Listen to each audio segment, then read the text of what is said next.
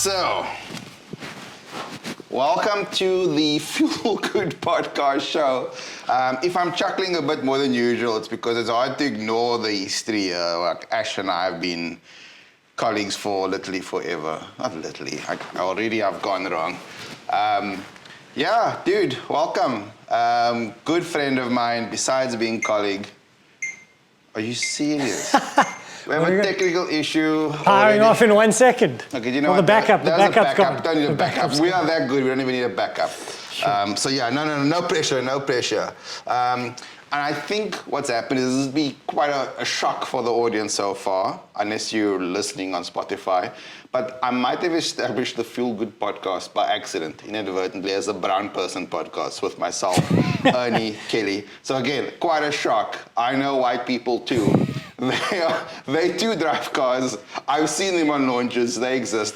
Here's one now. So I'm a very unprofessional host. I do use a cheat sheet as a start. So that's all. Be charming, got that. Be funny, still working on that. Still working. Yeah. Ash and I worked together at Top Car magazine, which is now officially a very long time ago. It is, man. Over a decade ago. This is about a decade. I get those Facebook memories about it. When did you leave Top Car? What year was that? I left 2013 April. That's when I left Top Car. But I came down in 2010. So I moved from Joburg to Cape Town to be in the Top Car team. Correct. You had a cute nickname for all of us at Top Car, all the people, the staff at Top Car. Do you remember what that was? No, I don't. How family friendly is this podcast? No, the Top Cunts. Yeah, we were the top C word, as you called it, and then you quickly became one of us. Yes. In a massive way. Obviously, being new there, a lot of hazing happened.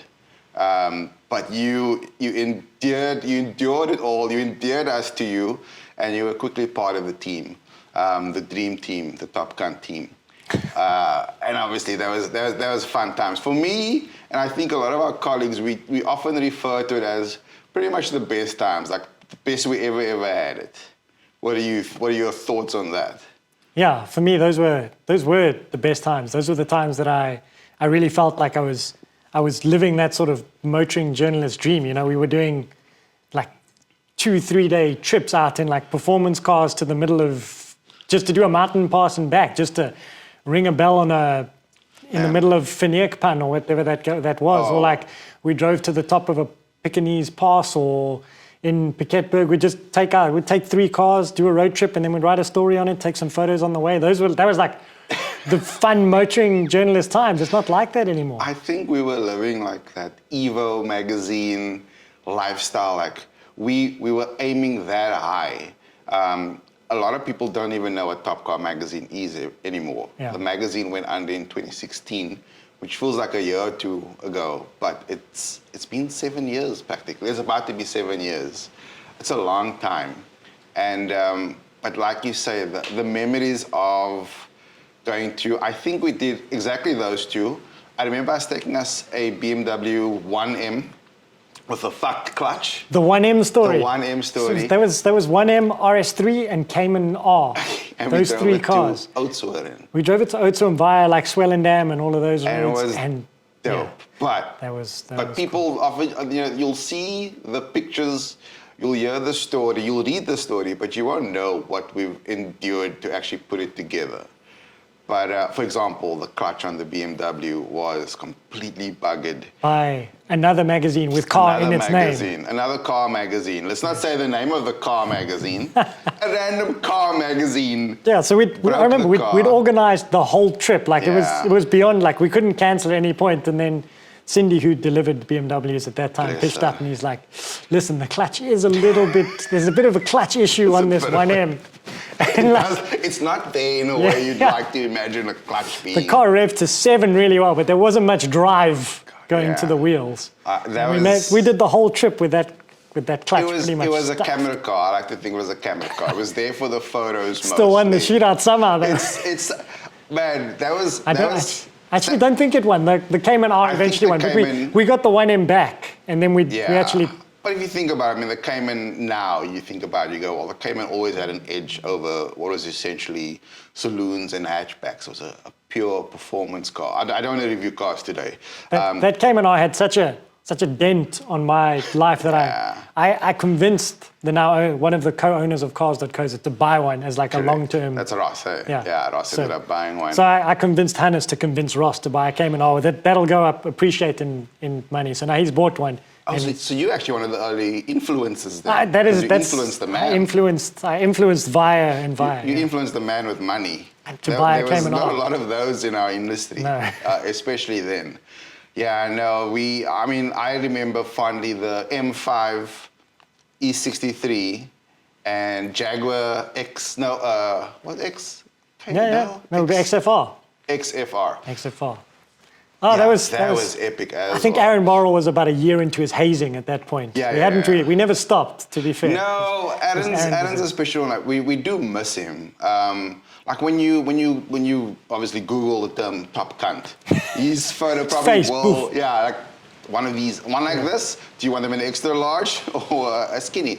No, he was. We miss him so much. Him and Wayne. This was I like to call it the Piers Steyn era of Top Car. Followed by the Angus Thompson stage. Yeah, those 3 years were pretty. A lot happened. A lot happened in those 3 years. It feels like so much happened in that 3 years. I went to Top Gear after that, and eventually came back to Top Car as editor. And I hope it was a good time for everyone, but it was never ever the same as like those times. But I wonder if that's just like a personal thing for me. During that time, I think we were trying to emulate. I mean, Car Magazine, Car UK, we kind of purchased. We had an agreement with them that we would like buy a certain number of stories from them, and we'd always look at the stories of Car Magazine, and everyone like those days it was Jethro Bovingdon, and correct, there's Ben Barry. Ben Barry was another one, and every picture was them sideways. On a mountain pass. Let's try that in South Africa. Little did we know that like. If you even slightly damage a car whilst having a drift this is in like South Africa, like you are off the list. PR manager at the same time. You are off the list. You will never get a car from that manufacturer again. So I remember that E63 Jaguar XFR and the M5 trip, and we were going up that pass that goes from Porterville over.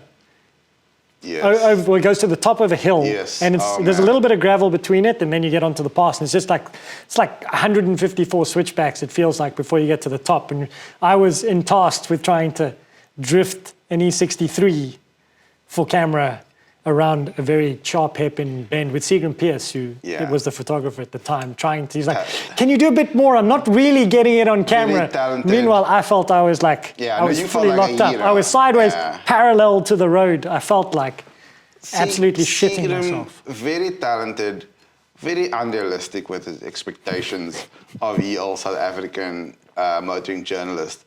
But bless him, because he did make us do silly shit.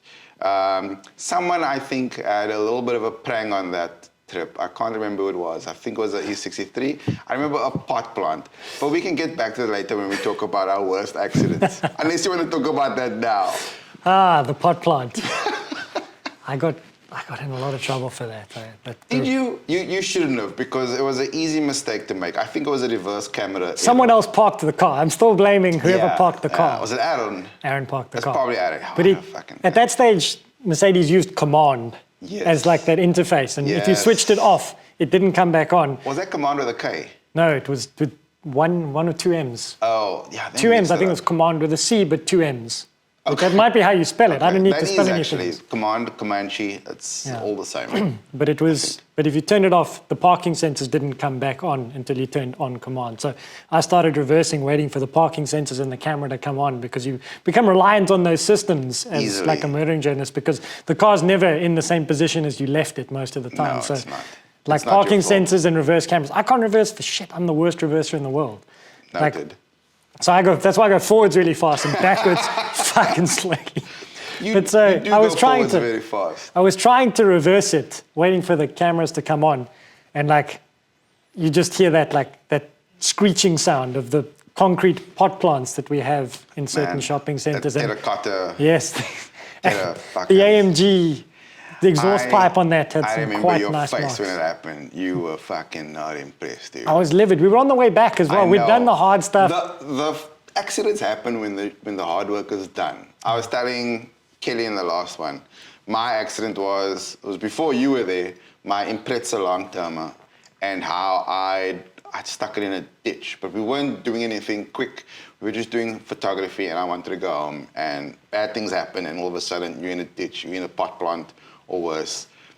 But I used to say, if you're an accountant, or if you work with Excel documents, you're gonna get a sum wrong. You're gonna get a formula wrong. If you work with numbers, you're gonna get a column wrong somewhere. For us, if we work with cars constantly, we're gonna put one in a ditch, we're gonna knock a pot plant, things are gonna go wrong at some point. Like wheels. Fucking, if you had to guess how many wheels you've curbed in your career, more or less than 10? The ones I've owned up to, probably less than 10. Okay, wow. I've owned up to less than 10. But yeah, I've been reasonably lucky with test cars over the period, like a few scrapes and nudges here and there. One, we'll call it semi-write-off. But like beyond that, not too many crashes, not too many scratches, scuffs here and there, but not many. When we met you, you were introduced to us by, I think it was Craig Nicholson or something. He was our guy, and he goes, "This is Ashley Oldfield." And it kind of stuck with you, your reputation. But you were definitely not, that was not well earned. I think you probably pranked an Alpha or something. No, it was a Fiat Bravo. It was in my first... Similar. My first, very similar. Similar. It was in my first, 3 months as a motoring journalist. Oh, man. I think that was at Cars in Action. It was in Cars in Action. And it's on the way home from a shoot. Yeah. No, but basically the lesson is once you're done with your shoot, just take an Uber. Leave the car in Joburg. Leave the car in Joburg. Take an Uber. The car's fine. You're fine. You'll get it tomorrow. That's why they've invented fleet managers. No harm, no foul.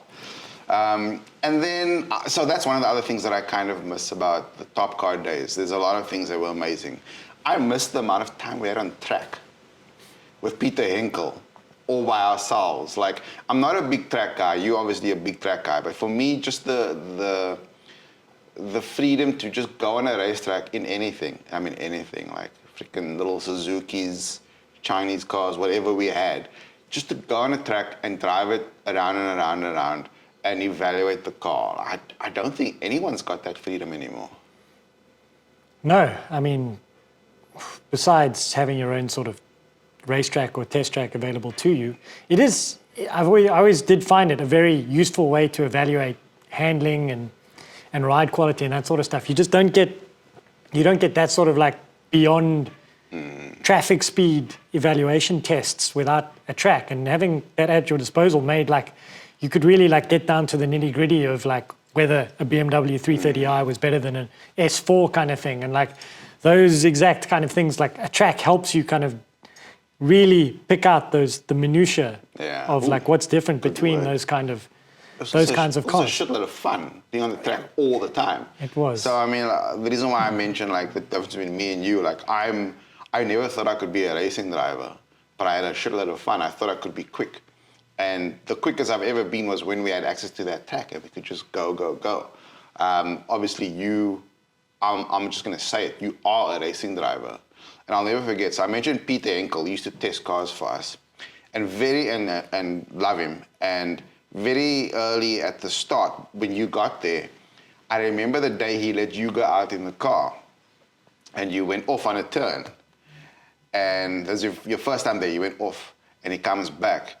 And I immediately go, oh, the new guy went off. And Peter, being very many things, mostly naughty, also very brutally honest. And he goes, yeah, I went off, but he's fucking fast. I was like, seriously? Yeah, it's really quick. I was like, oh, okay. I'll remember that. He never told me that. That No, story we never tell you. No. No, we never gave you a fucking compliment for years on purpose. Peter was a sweet dude. So the other thing that I think fast-tracked our friendship, I'm going to say it, was definitely an invitation to the Blacktop Rally. The Blacktop Rally. Well, we were forced into a very confined space for a long period of time. But in that time, so the tiny space was a Nissan 370Z. And in that time, I mean, it was 8 days. And I think about 7 racetracks.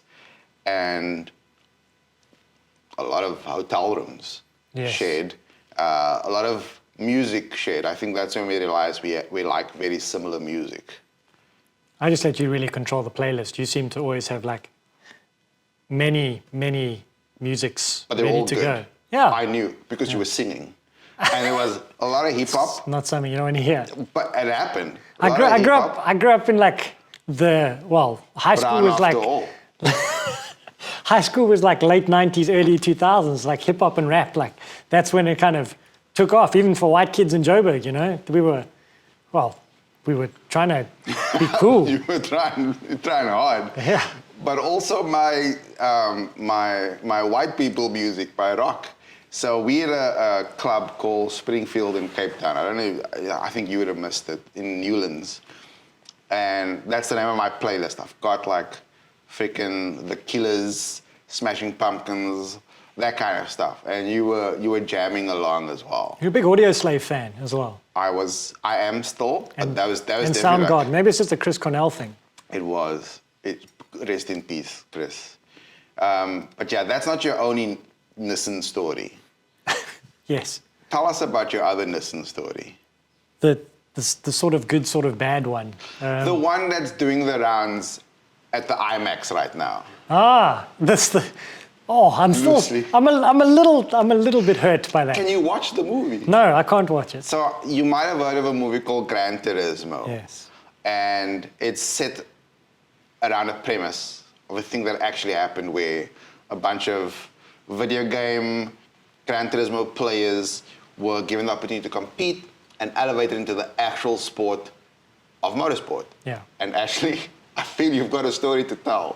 Well, it started as like a pitch to Angus Thompson at that point, who was the editor of Top Car. I was like, they're doing this thing where like gamers can become racing drivers. Apparently one in Spain has already converted from being a gamer to a racing driver. He hadn't done anything special at that point, but like the point was to like write a story on this, you know? I pitched it to him and I was like, why don't we get a Logitech steering wheel? I'll do a bit of the gaming side and then I'll follow the story on, like seeing how far I can go kind of thing. So I started off with like in my room with the Logitech G27 steering wheel, like screwed on, and had a rolling chair.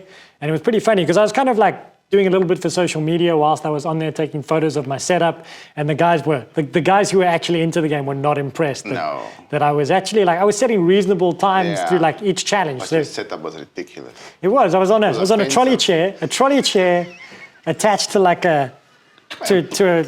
clamped onto the desk with like most of the steering wheel was blurring the screen in front of me. So, but I was setting reasonable times, and the guys who had like full sim setups, like big, they were like, "How is this guy this fast? He shouldn't be. He might as well be on the controller."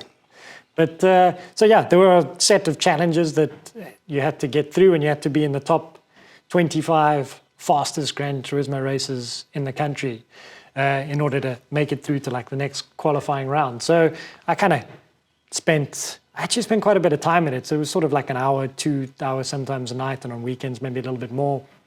And I found myself like as the second fastest Gran Turismo racer at the end of it, which was like pretty cool. So I'm like, I can follow the story a bit further, you know. I can go to like, we were invited, the top 25 were invited to Kyle Army to go and do like some physical driving. So there's going to be a bit of driving on a skid pan. You had to do a fitness test at Joburg at like massive altitude. Being a Cape Townian, altitude hurts when you have to do a fitness test.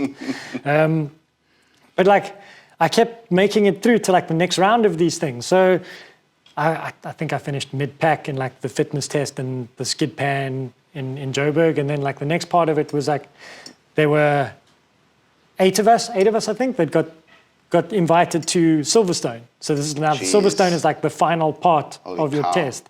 So 8 of us South Africans went across to Silverstone to fight for like one spot as to be a proper Nissan-funded racing driver. And when we got there were 8 other guys from like the Middle East. So there were guys from Dubai, Qatar,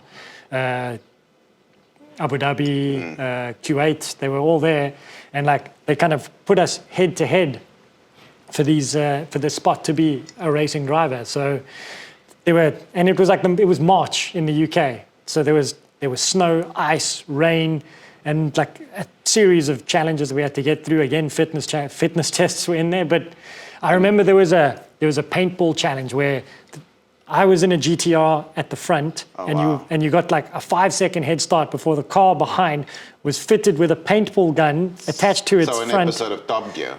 Okay. Basically, and then the racing driver would chase you, and then there was a guy on a PS4 controller controlling the paintball gun, shooting paintballs at your car, and if he hit you, that was it. And you had to have the longest time not being shot, and it was flooded. The little circuit in Silverstone was absolutely flooded, and I think I was like completely overwhelmed when it came to my turn.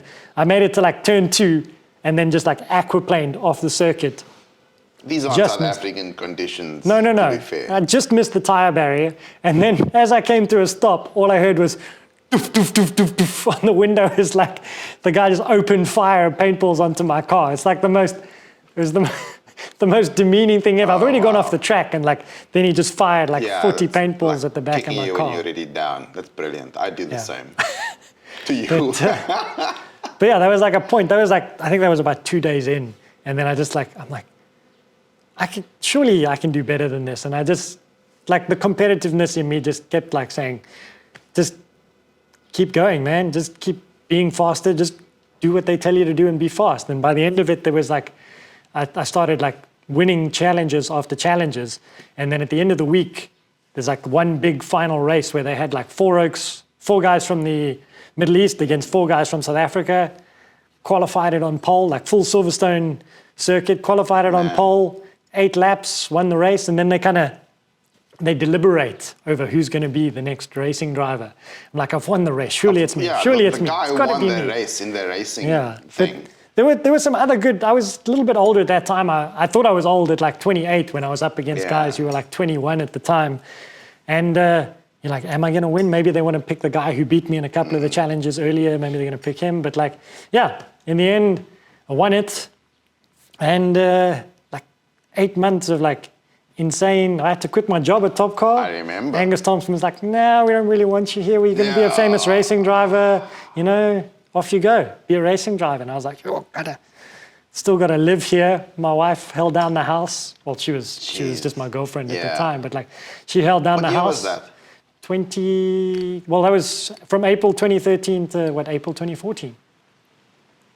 Well, let's call it January 2013, because then obviously... So that's a decade ago. Yeah, so then, obviously Nissan funded my project up until the end of that January, and then it was like, you're kind of on your own. And I just don't think they expected you to win. But the thing is, I think I pretty much told you then, like you are a racing driver. It's in your nature. It's something you always would have worried about, like, or wondered about, like, could I have done it? So you did it. You came back and you've gone from, dare I say, a junior at Top Car to currently the head of content at Cars magazine. No, at Cars. Sure. I fixed it. I saved it at Cars.coza. Yeah. And that's pretty much the new sweetest seat in the house, I'd say. And I always knew you're capable of it because your work ethic at the time. This is not the kind of shit anyone wants to talk about on a podcast, but I always knew like you were one of the hardest working guys I worked with. So it doesn't surprise me that you ended up where you ended up, but at least you got a race. Yeah. And now you're kind of, you're one of the, like if someone's doing a media racing event, kind of stupid not to have you there. I'd say you more or less dominate things. Maybe that's not a lot of fun to watch for everyone else, but it's a hell of a feather in your cap. Yeah, I'm always going to enjoy the motorsport aspect of anything. So like if it's the Neisner Hill climb, I've done I think I've done 6 of them now. Jeez. So I've done one. It's always on invitation, but for me. So like Jaguar did it for like they gave me 4 hill climbs, keep coming back, keep winning my class. So if you win, people invite you back, kind of thing. I just wish it was like that for like all motorsport, you know? Yeah. But there's a paycheck involved would be nice too. I'd almost race for free if it was guaranteed I could continue racing. I think a lot of guys. If you had like a day job as well, Yeah. then I think it's need different. to maintain the day job. But yeah, I think having that kind of racing background or that experience did kind of help me in getting the job at Cars.coza as well. It was something that we didn't have at the time, and when I came back from the GT Academy or the Nissan GT Academy, I kind of had like two options for me. There was a job after you'd left Top Gear. Yeah. There was a job at Top Gear for me as like a content writer. With Bram and Lance, two other fun guys. We have a lot to talk about, but we probably shouldn't. They'll be on podcasts here for sure. Yeah, no, for sure. So yeah, there was that gig or the Cars.coza gig, and I kind of had to make a decision at the time. Turns out you chose the right one. With Top Gear. Top Gear and Top Car, rest in peace. The Top Gear's back. Still, it's back under different ownership and in a different location in the country. But yeah, I think I made the right decision. Cars.coza definitely, it grew quite quickly all of a sudden, and we make really cool content. Definitely. One of the most respected channels right now. So yeah, dude, well done. I mean, it's been a hell of a trip, I think, and fun to watch. It's a 15-year trip, eh? That's what it's been. Well, for me, you've been in it even longer than me. But like, I know we mark Aaron Borrell for having like an Excel sheet of the number of cars he's tested. Literally used to record every single. He still does. So I think he posted the other day. Today? He's now testing EVs, and it said it was car number 1,200 and something.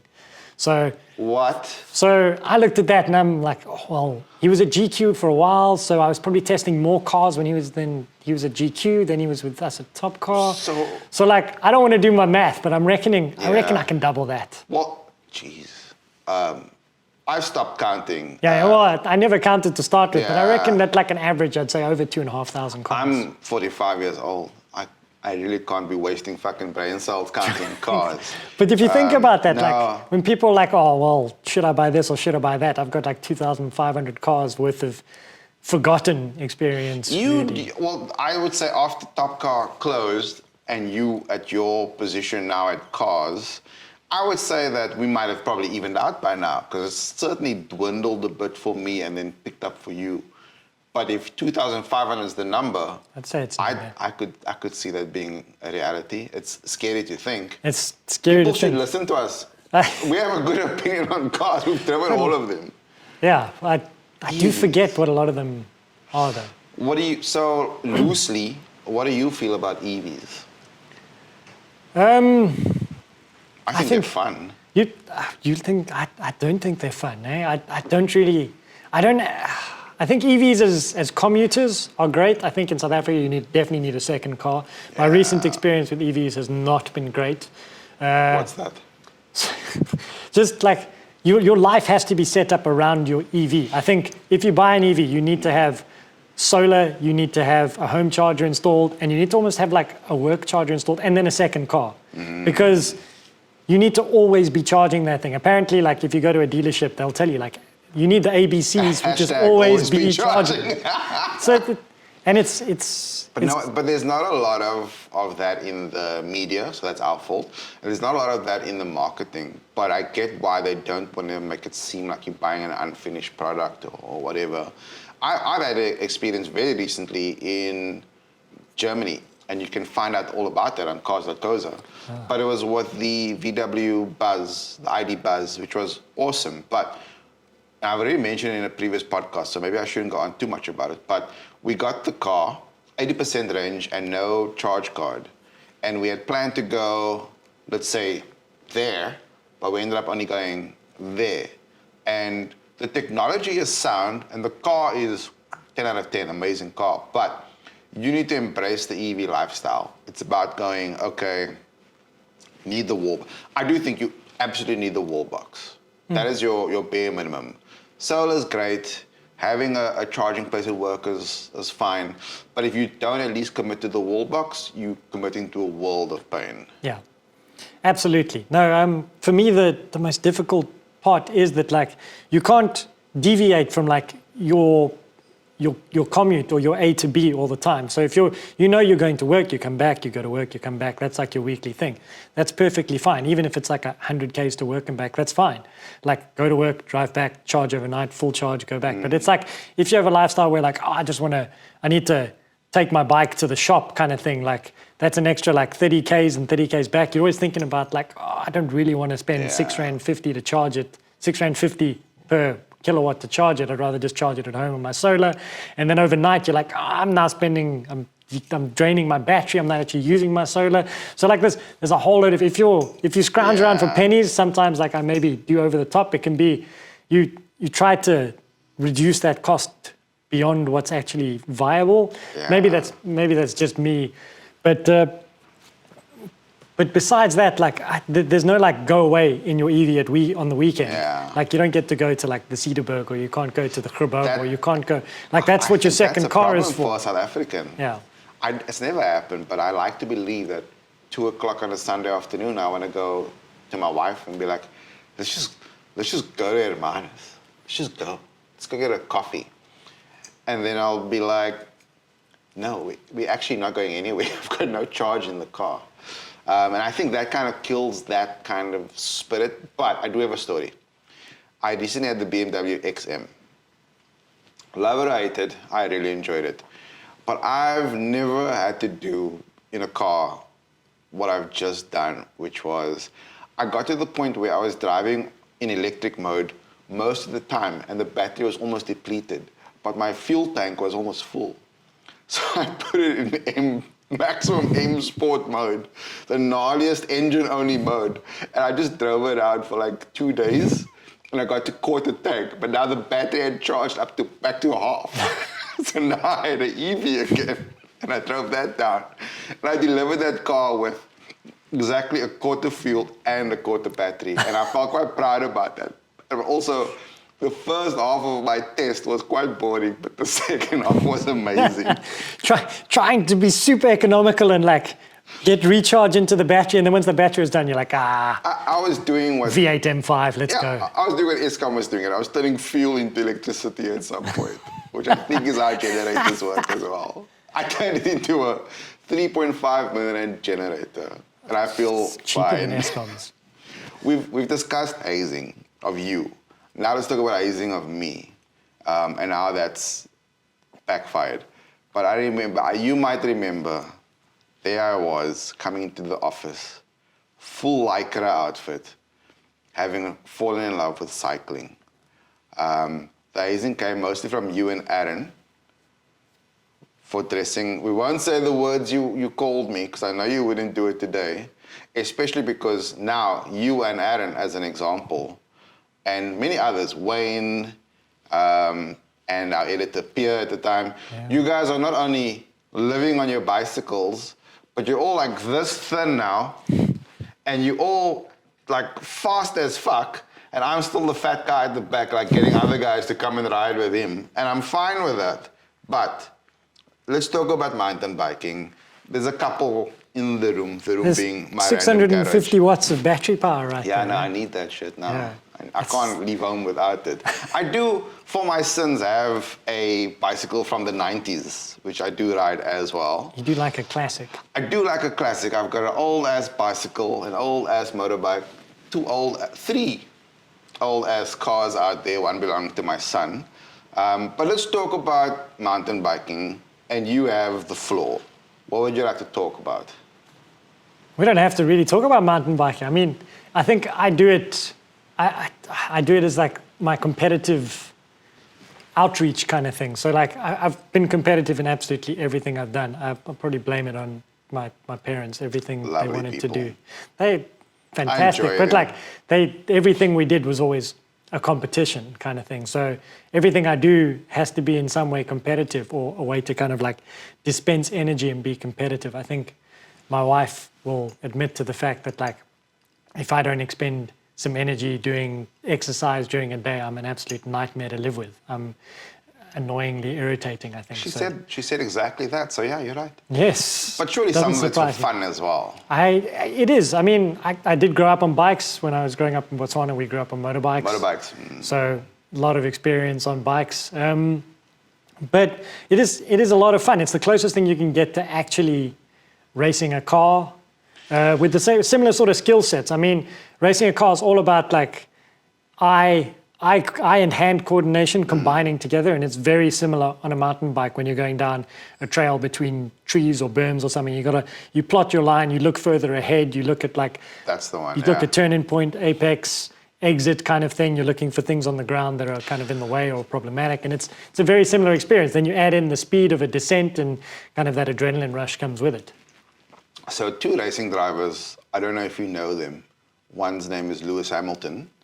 The other one's name is Janelle de Villiers. So 2 incredibly different racing drivers, different age groups, different expertise, different fields of racing. Both of them avid mountain bikers. And both of them, when I've spoken to them, mentioned that there's quite a complementary skill to have. Like, if you're out riding your mountain bike, let's say what you just said now, which is basically scanning ahead, bike control, car control, same thing. Shifting your weight and the rest of it. And what we've noticed in our industry is a lot of journos went out and bought bicycles. I mean, we know guys, I say guys, but one in particular, Ruben. The guy doesn't even have 2 legs, he's got 1 leg. And I'm not gonna go for a social ride with that guy, he'll destroy me. But there's definitely a connection between mountain biking, cycling I guess, but especially mountain biking I feel, and guys that wanna go quick in cars. What is the actual benefit? There's obviously the fitness benefit behind it, but I do think it's the adrenaline rush. I mean, maybe it's when they started to take away the use of tracks for us, where we stopped being able to use tracks with test cars kind of thing. I think you weren't able to get that same sort of like adrenaline rush from going out and spending like 10 laps on track, or at a launch you'd go on a track day kind of thing, and you'd spend a lot of time, driving cars really fast. It didn't matter what it was sometimes. I mean, we were doing Daihatsu Materias on track at one point. That was dope. Yeah. and then it just sort of like, it dwindled away, and you didn't really get that anymore. So like, in order to kind of get that adrenaline rush or the feel of speed again, kind of we looked elsewhere. And also like having your life entirely run by one thing, like cars, you can get over it quite. It becomes something that maybe you don't enjoy anymore. They say the easiest way to kill a passion is to make it your job. And like, absolutely. And like, if it's cars 24/7, like eventually like you hit that limit where like you start to like hate, well not hate, you start to dislike cars, or like, oh, the next car I've got to drive, or it becomes more of a chore of a job. 100%. And it's like, and having the bikes there on like a weekend or something to do during the week to escape that energy provides like another outlet.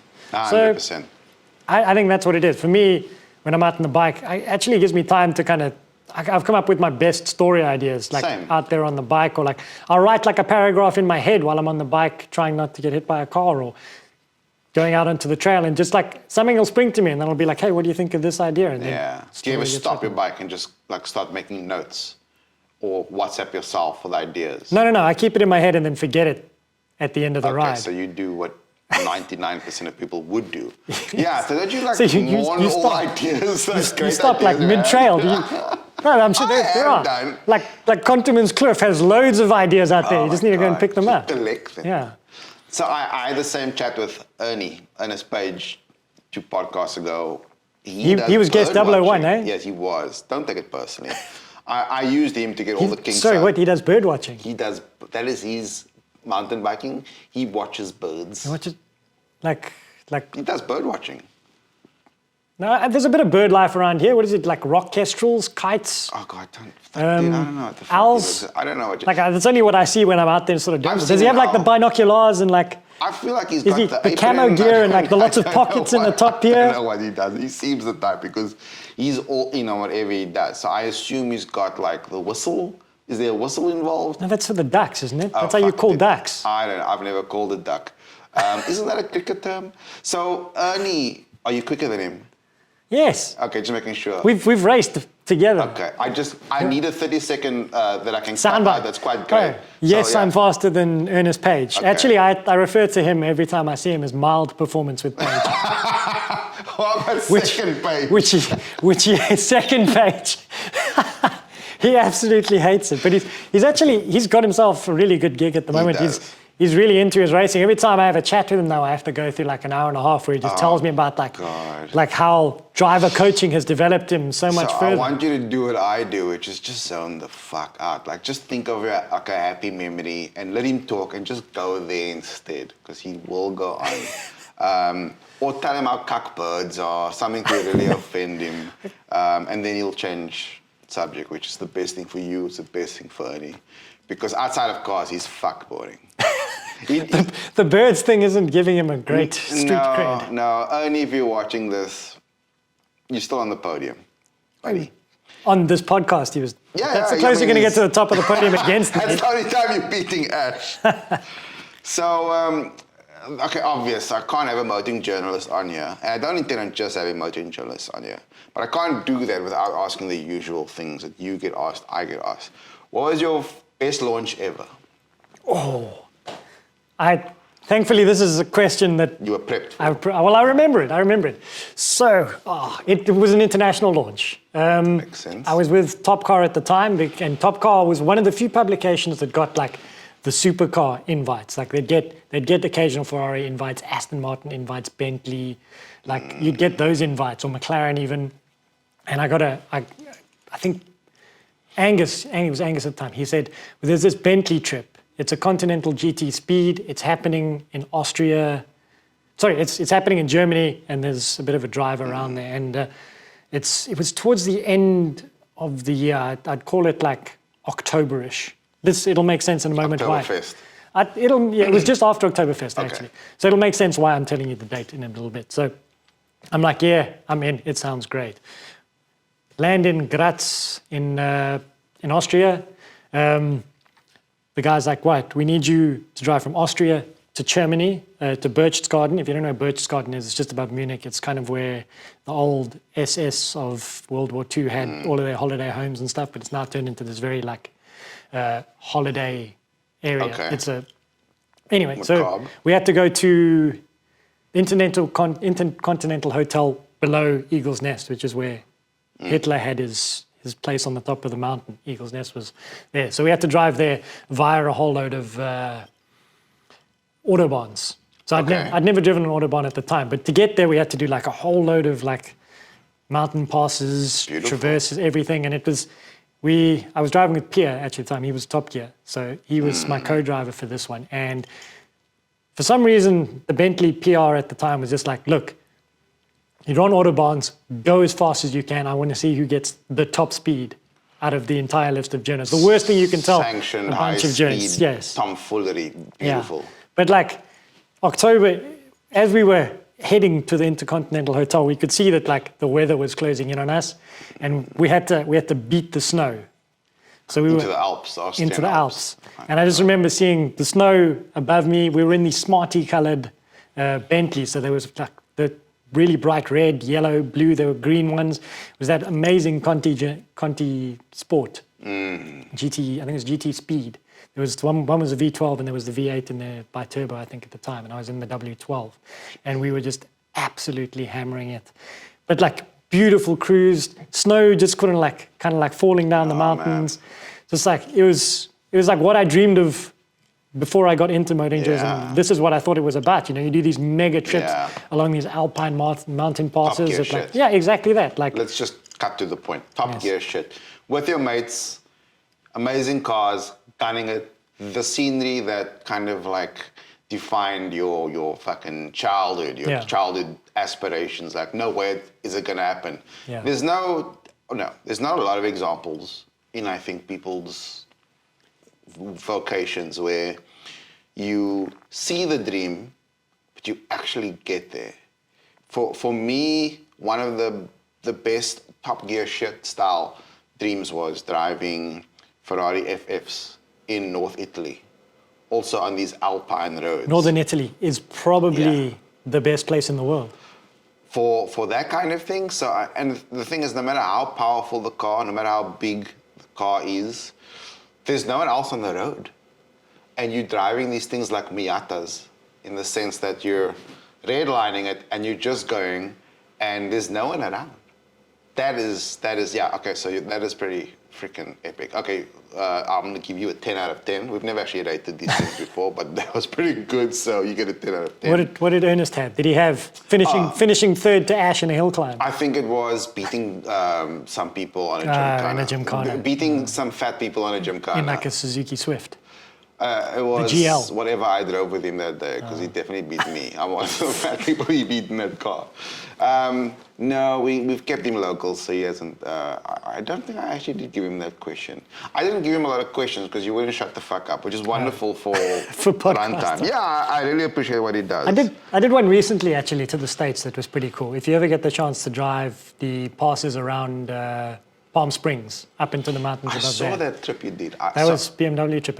We're driving M4 GTS. Wow. M4 GTS. We did 7 Series. They bought like a whole load of cars for us. M2 wasn't available for us there, but like it was like they gave us like these are the loops that you can do, and even if you find other stuff, just go drive. And it was like drive, come back, get another car, drive, do that loop, and it was another one of those kind of like alpine passes in the middle of California. I don't think they were alpine then. They were pines. They were pine. What's a California pine? A calpine. They were calpine. Calpine passes. That's amazing. My best, no. Every BMW trip I've done in America has been amazing for that reason. Like Laguna Seca, M2. I've missed all Laguna Seca trips somehow. That is That's amazing. special. But you've done a Scotty, which I think has its own little corkscrew. Twice. It's not the same corkscrew. No, it's not. Yeah. Physically impossible for it to be. I did M2 at Ascari, and I did M5 at Ascari. That trip, I didn't realize how quickly you could go through a set of tires until I drove an M5. That was the V8, so the previous generation.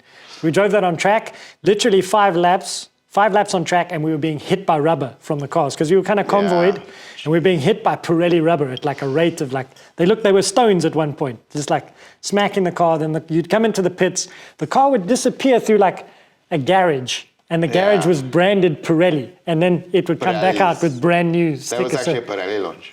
They were going through tires That's the like one where 5 sets a that day. crazy European guy that looked like Wolverine, he made a video at that launch where he was just drifting the M5 all day.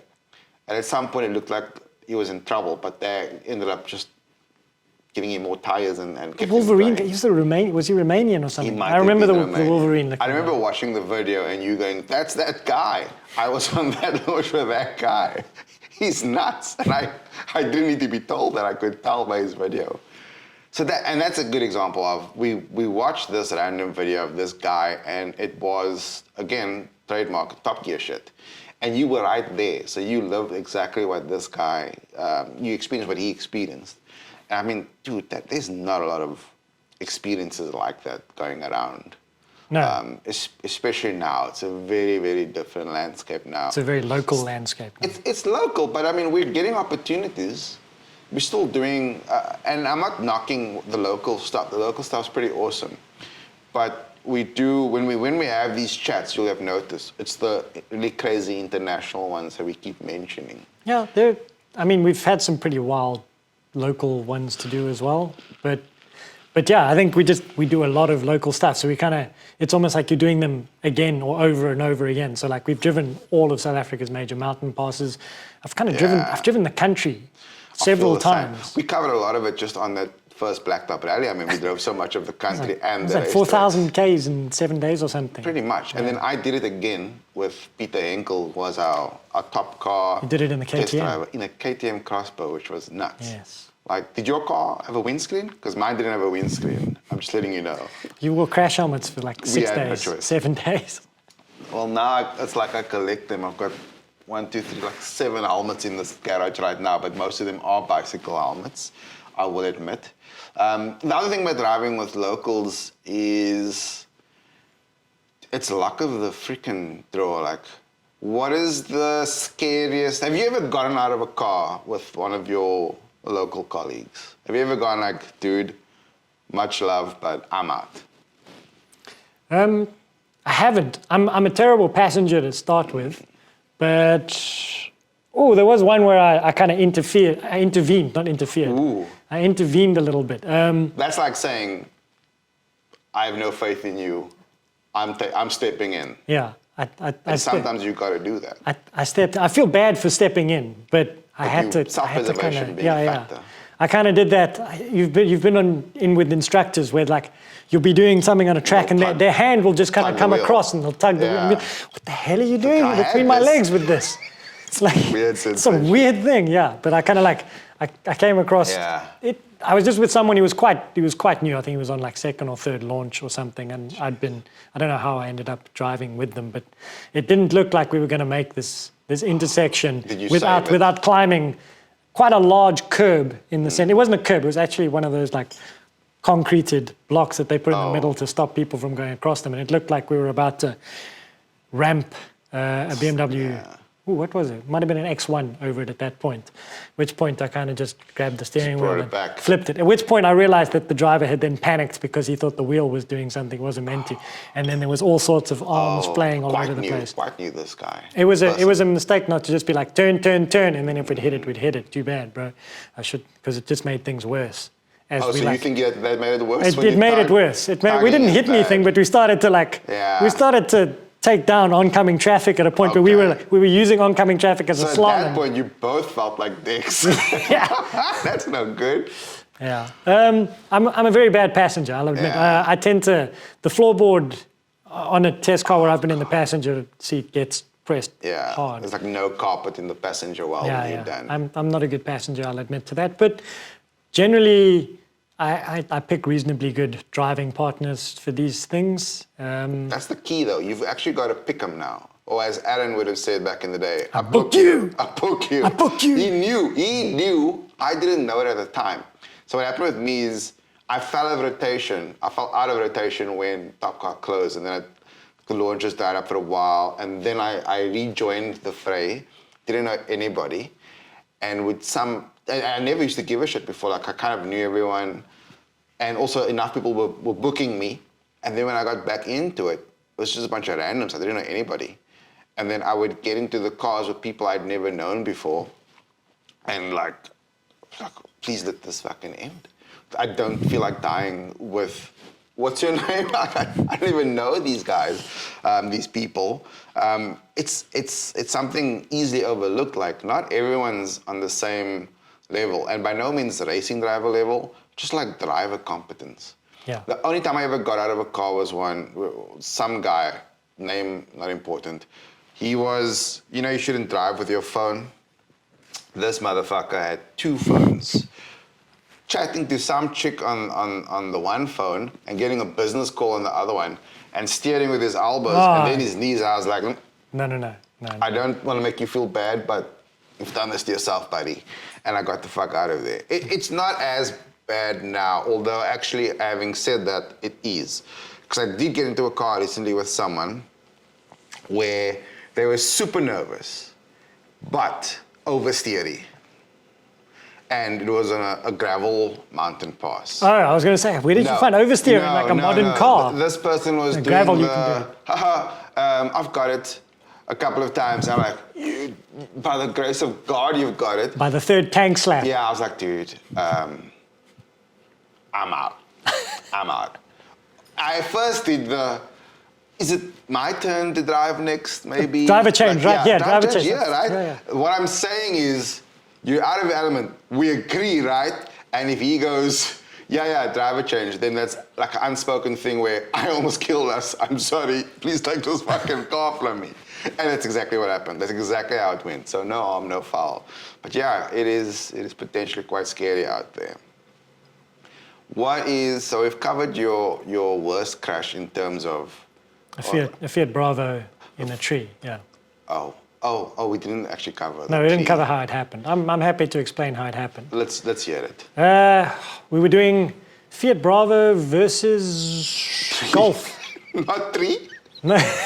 Well, it ended up, the tree was the third piece of the competition shootout.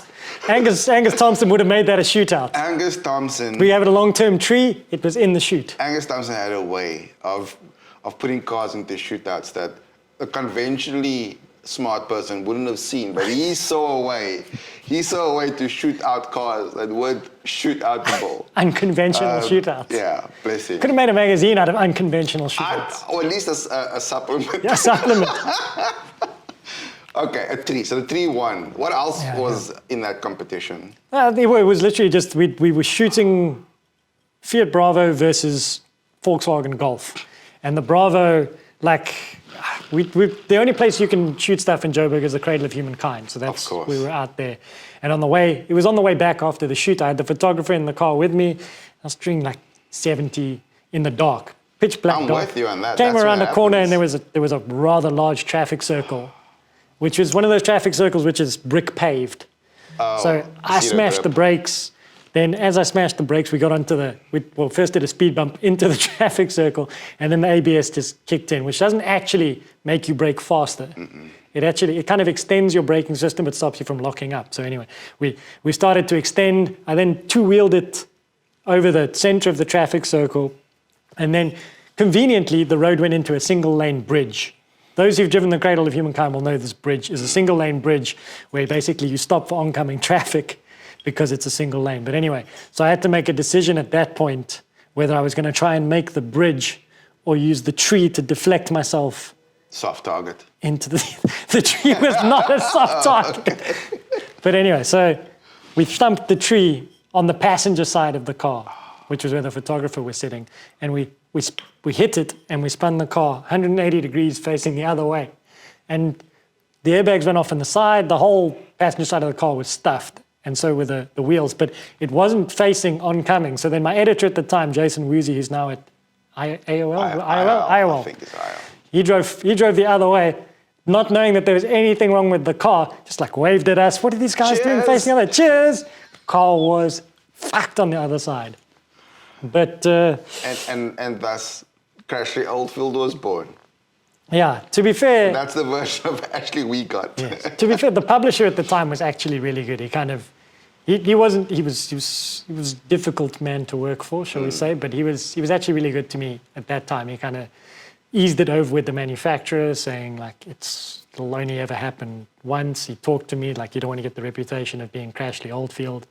That it didn't happen. Didn't help that much, no. yeah. But yeah, and he kind of shielded me from that, and I wasn't like immediately fired. Now it could quite easily be a fireable offence quite quickly. But it would have been a very short motoring journalist career for me, like 3 months. For me, it would have been, I think, about 8 months when I crashed my WRX long-termer. But that's been discussed before. But again, these things happen after the photo shoot. If you and I had just opted into Ubers, there was no Uber at that time, man. Fair enough. I should have just let the photographer drive. Yeah. But I was quite keen to see what that 1.4 turbo in the Bravo could do over a traffic circle. And mission accomplished. Well done. Yeah. Ash, that has come to the end of our episode of the Feel Good podcast. 003. 003, still on the podium. Yes. There'll be more. Thank you very much, dude. And it's great having a friend. I've had just friends, Ernie, my wife, and now you. But and with you comes diversity. Could you believe it? Yeah, and catering. There's pizza and that other side. Yeah. We actually didn't at all mention that our wives actually work together. Our wives work together. They do, and we have worked together. So it's very, like, very long. It's family so it's connection. It's like you would have been here anyway, guys. Yeah. This one doesn't count. Cheers, dude. Ciao. Thanks, man.